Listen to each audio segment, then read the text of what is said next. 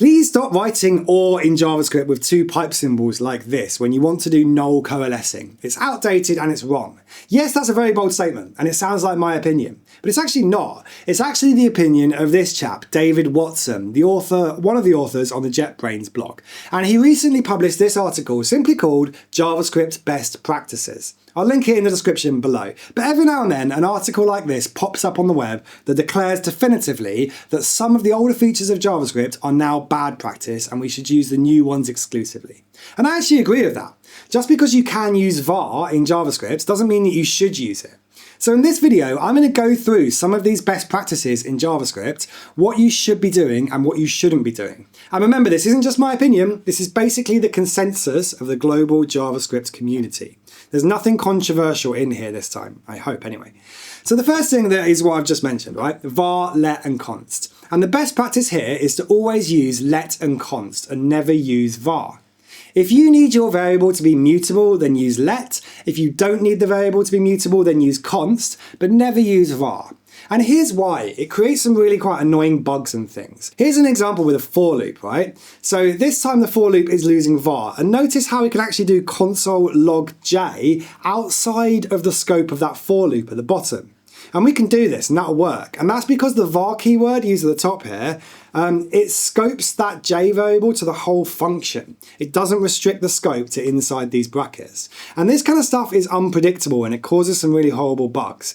So we actually usually want this code to error. It will be a lot more predictable at runtime if this gave us an error when we tried to access this variable outside the scope. Because quite honestly, if you're trying to access this j variable down here at the bottom, it's very, very likely that you've made a mistake and you want to catch that mistake as soon as possible. So a better way to write this would be with the let keyword. So we type let and then essentially the exactly same for loop again. We can do our console.log inside here and then we can do console.log at the bottom. But this time, because we've used let, I'll just delete the top ones. Because we've used let up here, the scope of this j variable is going to be confined to inside these curly braces. So doing console.log j at the bottom there will give us an error. It will give us a reference error saying that j is not defined. And I'm going to argue that we actually want that reference error. You don't want j to be defined down the bottom here. It's not good practice to be declaring stuff inside a scope and then accessing it somewhere, trying to access it somewhere else. So this is a good thing and you should always be using let or const.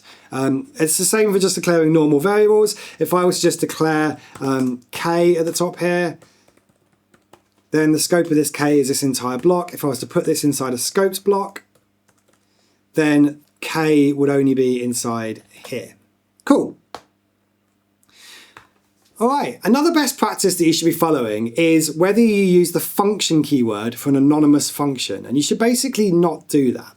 The function keyword, like we've got here, can declare a named function, just like old school, pretty much any programming language has this syntax in it. But you can also, in JavaScript, declare functions like this. So you could declare it as a const and then use the arrow function syntax like this. Some people consider this a little bit newer, but in all honesty, this has been in JavaScript for a very high number of years now anyway, so none of these are particularly new. And both of these are perfectly valid. If you really want to declare a named function like this, there's very, very little difference between this top one and this bottom one. Somebody in the comments is probably going to point out that there is a slight difference to do with this scoping, but whatever. You can basically do these. There's no bad practice going on here. Where the bad practice comes in play, though, is if you're using an anonymous function. So let's say you have a numbers array of 1 and 2, and you're going to do numbers.map.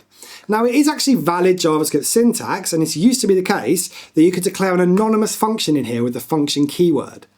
So notice how it's saying function num, and then we're scoping it and we're doing some stuff inside of here. Now this is considered bad practice these days. If you need to do an anonymous function inside something like a map, the best thing to do is to use an anonymous arrow function like this. So notice how this is an arrow function syntax, a bit more similar to this, and we're not using the function keyword anywhere in here. So generally, best practice, nearly all the time, you should be putting arrow functions in like this. All right, next bad practice. The next bad practice is the one that I showed you at the top. It's null coalescing. So look at this example we've got here, right? Value, which in our case has got null in it. And then we're going to log the value, or if the value is null, then log 10. That might be perfectly fine. That might be exactly what you want to do. But consider a different situation. Consider what if value had a 0 in it. And we did the same thing. We logged 0 value or 10. Now this might lead to unexpected consequences, because in this case, you're not actually doing null coalescing, you're doing falsy coalescing. And what that means is that JavaScript is going to look at this and it's going to decide, is the value in here truthy or is it falsy? And the crucial difference between the top and the bottom here is that while null is considered falsy, a value is also considered falsy if it's 0. So in this case, it would actually output 10 to the console, not 0. So you're not actually doing null coalescing here, you're doing falsy coalescing, and that might not be what you want. It's likely that if you've got a number in here, then you want to actually log that number to the console. You've put a number in there. It might be 0, but you've put a number in there specifically. You haven't got null in there. Now, if there is a way to do null coalescing in JavaScript now, and the way you do it is to use this double question mark symbol. So double question marks here means don't just say truthy or falsy, say is it actually null or undefined? And if it is null or undefined, then we just put 10s like last time. So these two will return different things to the console. The top one will output 10 because it's looked at that and it said it's falsy, so it's defaulted to 10. The bottom one will output 0 because it's not null or undefined. So the bottom one is doing true null coalescing, whereas the top one is just looking at it, saying it's falsy, and then replacing it with 10. So the general best practice here is to use the double question mark. Only use or like this if you're actually doing Boolean logic where you want it to be falsy or truthy, or true or false, and then you're doing or on that. If you want to do null coalescing, use 2 question marks. Right, the last example of some bad JavaScript practice that you should be avoiding is this horrible function here. This used to be the way that we did promises, basically, right? Fetch is an asynchronous function that returns a promise, and then we would do then, and then we would do then again, and we would keep chaining these then statements for everything we wanted to do afterwards. And at the very end, we would do catch. Please stop doing this. There's much better ways of doing asynchronous programming now in JavaScript, and this is essentially outdated, and there's basically no reason for you to do it. You can actually use async and await in pretty much any JavaScript environment these days, and in browsers, and pretty much anywhere you need to. And the way you do that is you use the async keyword before you declare the function. So we'll do fetch data again with async in front of it. And one of the advantages of using async await is that we can now use JavaScript's native try catch. So I'll put a try statement in there, and then I will call the fetch statement with await. So instead of having to do then, I'm going to call await and get the result straight away back from fetch. So response is going to be the response that would have been in there. And then data, we can await fetch.json or response.json, and then we can log that to the console. We then get to do catch, and then we can catch and log the error to the console as well.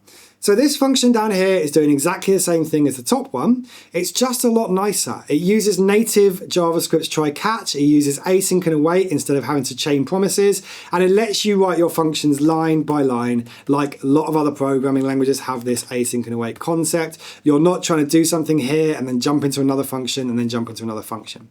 So basically, do this, is what we're saying. Use the async and await keywords, stop chaining promises together unless you absolutely can't avoid it. Right, so that's 4 extremely common modern features of JavaScript that you shouldn't just be aware of, you should be actually writing code like this all the time. The only reason I can think of for breaking these best practices might be when you're working on a legacy code base with older JavaScript practices, and you decide that the consistency with that legacy code base is more important than the best practices of new code. And that in itself is actually a debate by itself, but that is a debate for another video. So thanks for watching.